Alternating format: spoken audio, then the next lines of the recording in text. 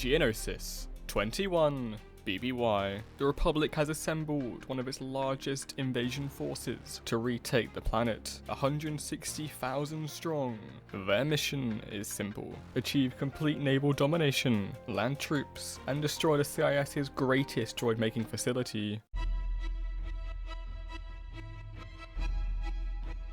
The naval campaign will be directed by Admiral Wolf Yularen, a veteran of the Battle of Malastare 13 years earlier. He is an anomaly in the Navy of the Galactic Republic, one of the few non-clone officers to remain in frontline service, as opposed to transferring to intelligence and diplomatic roles. His fleet, the largest he has ever commanded, contains 10 Acclamator-class assault ships. At this stage of the war, the massed ranks of Acclamators seen at the first Battle of Geonosis was avoided in favour of Venator-only fleets, but so large is the invasion force that the Acclamators will have to suffice. He will also have 6 Venators on hand as carriers and to be used for ship-on-ship combat. His flagship, the Resolute, will be the nerve centre for the Geonosian campaign.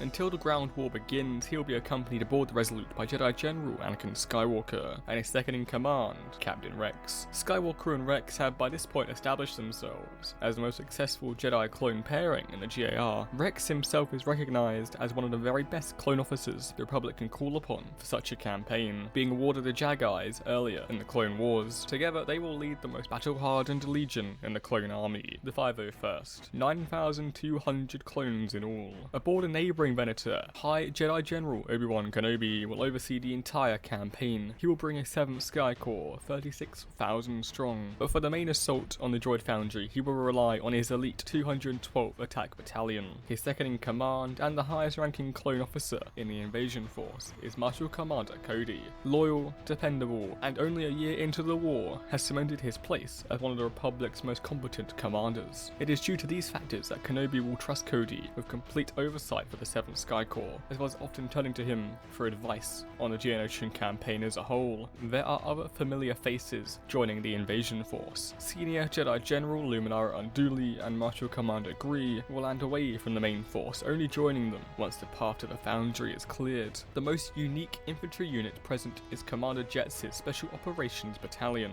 a subunit from the elite Special Operations Brigade. His troops have the most diverse mix of experience of any clones in the task force: saboteurs, spies, and assassins. The Spec Ops troopers will be on hand to provide the expertise throughout the campaign. Commander Jet himself is experienced with all forms of tactical command, and is known by his fellow commanders as a tough fighter and competent strategist. For Geonosis, Jet will report to and fight alongside Jedi General Ki-Adi-Mundi.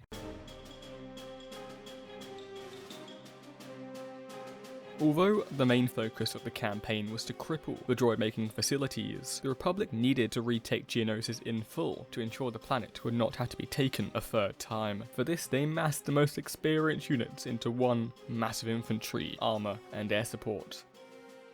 As the Jedi and their clone officers gathered on the Resolute to hear the plan, they prepared some contingencies. If one group hadn't made it to the landing zone, the forces at Point Rain would wait and hold out until they were all gathered to make the push towards the Foundry. With that plan finalised, they would each return to their Venators and board their gunships.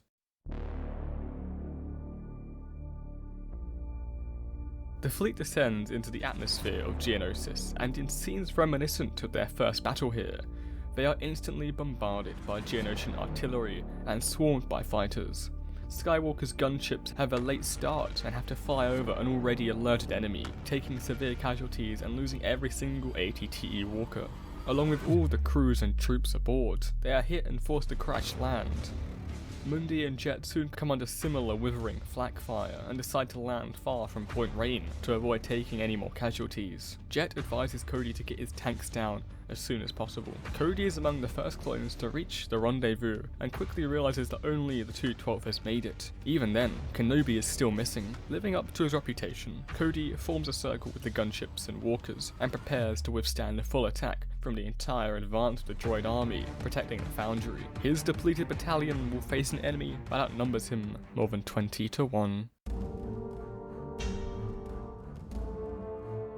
The situation on Geonosis is dire. Skywalker has crashed beyond imposing mountains and fortresses. Mundi does not yet know if there is a path through to Point Rain at all, and Cody is left all alone, coming under a hail of droids, tanks, and Geonosians. Skywalker will face minimal droid resistance on the ground, but would run straight into the fortress that blocks their path into the main canyon that will lead to the Foundry. Skywalker and his Padawan, Ahsoka Tano, will rush the guns and take the fortress from the top down, while Rex and his limited number of surviving troops provide covering fire. Seeing them surrounded by droidekas, Rex climbs up the fortress and skillfully takes out droidekas with his DC-17, allowing the Jedi to destroy the fortress and continue their advance. Mundi and Jet would face tank obstacles which the wounded Mundi had to fell with his lightsaber, but as a fighting force their battalion was almost useless in open battle. Mundi puts his hope in joining up with Skywalker on the way to the rendezvous, but trusting in the Force alone is not enough for Commander Jet.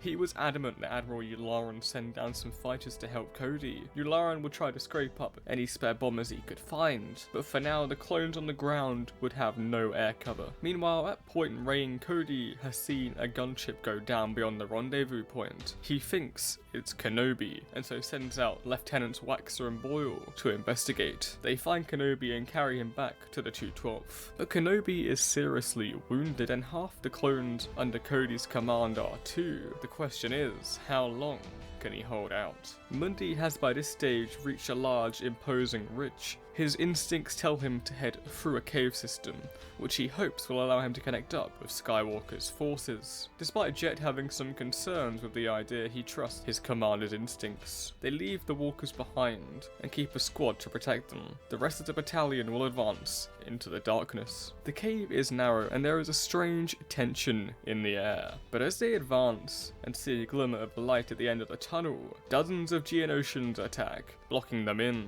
Knowing they must reach Kenobi's position, Mundi calls up the flame troopers who have been attached to the Spec Ops battalion, and with the Geneva Convention holding little weight over them, they burn the Geonosians alive. Still, with no signs of support, Cody is on the brink. They have been pushed back as far as they can go. Kenobi ignites his lightsaber and prepares to make a last stand with the 212th, but at that moment a squadron of Y-Wings thunders in, their proton bombs annihilating the enemy attack. To add to the celebrations, Mundi and Skywalker have met up and are racing to support, and with their swift arrival, the Geonosian attack buckles and is forced to pull back. Despite one of the most disastrous invasions of the war so far, Point Rain is secured. With the 3 battalions now assembled at Point Rain, they can begin their offensive against Poggle S's Droid Foundry. Protecting this facility is a shield generator array to protect it from orbital bombardment. This must be taken out before they can even get close to the Foundry. Anakin and Ahsoka will lead a small team of clones into the shield to distract the Geonosians and temporarily disable their artillery to allow the tanks in. The plan is put into motion as soon as possible, Anakin and Ahsoka leading troops of the 501st in a running battle, some being picked off by the Geonosians and up to half being killed. Eventually they make it to within range of the artillery. They throw droid poppers at them and then order the AT-TEs to destroy the shield generator. With the shield down, the gunships can come in with their firepower superiority and are able to drive out the Geonosian defenders. With the immediate threat of an attack now gone, the wounded Kenobi and Mundi are able to return to the fleet to heal their wounds. From elsewhere on Geonosis, Luminara Unduli and Commander Gree arrive with a battalion of the 41st Elite Corps. The 41st is a tight-knit and by-the-books unit. Skywalker will now take command of the entire operation against the heavily fortified Droid Foundry. Skywalker and Unduli will approach the factory in a parade column to distract the Geonosians into thinking they are the only attacking force. Meanwhile, their Padawans, Ahsoka Tano and Barriss Offee, will infiltrate the facility and destroy it from the inside. As the advance begins, the Padawans split off and covertly enter the catacombs under the factory. Meanwhile, Skywalker, Unduli, Rex and Gree come under a torrent of blaster fire from the droids. The garrison of the factory has been bolstered from the factory itself, but they are walking into a trap. The Geonosians will wait until they are far enough in before swarming out of their hives to attack the Republic forces in the rear. This surprise puts the clones on the back foot, but they soon regain their initiative. Seeing this counterattack fail, Pog the Lesser sends out his ultimate battlefield weapon, the brand new Separatist super tanks. Rex orders in the artillery to blast them, but they hold strong. Their raid shields are impenetrable to any Republic weapons. Skywalker orders all the troops back to bait the tanks over the bridge, then destroys the bridge, eliminating all the super tanks. With the bulk of droid and Geonosian resistance crumbling, the Padawans are able to destroy the factory, and despite being stuck under the rubble, are able to be rescued using the carriers. With his army and droid factories destroyed, Poggle retreats into the wastelands of Geonosis, and is eventually found and taken prisoner by Republic forces. At last, one of the most costly battles of the war is over, and Geonosis is once more in Republic hands. Thank you very much for watching. If you could subscribe, that would be much appreciated. I also have a new Discord server, which is very much a work in progress, but you are very much welcome to join. I've been Rhino, have a wonderful week, and I'll see you around.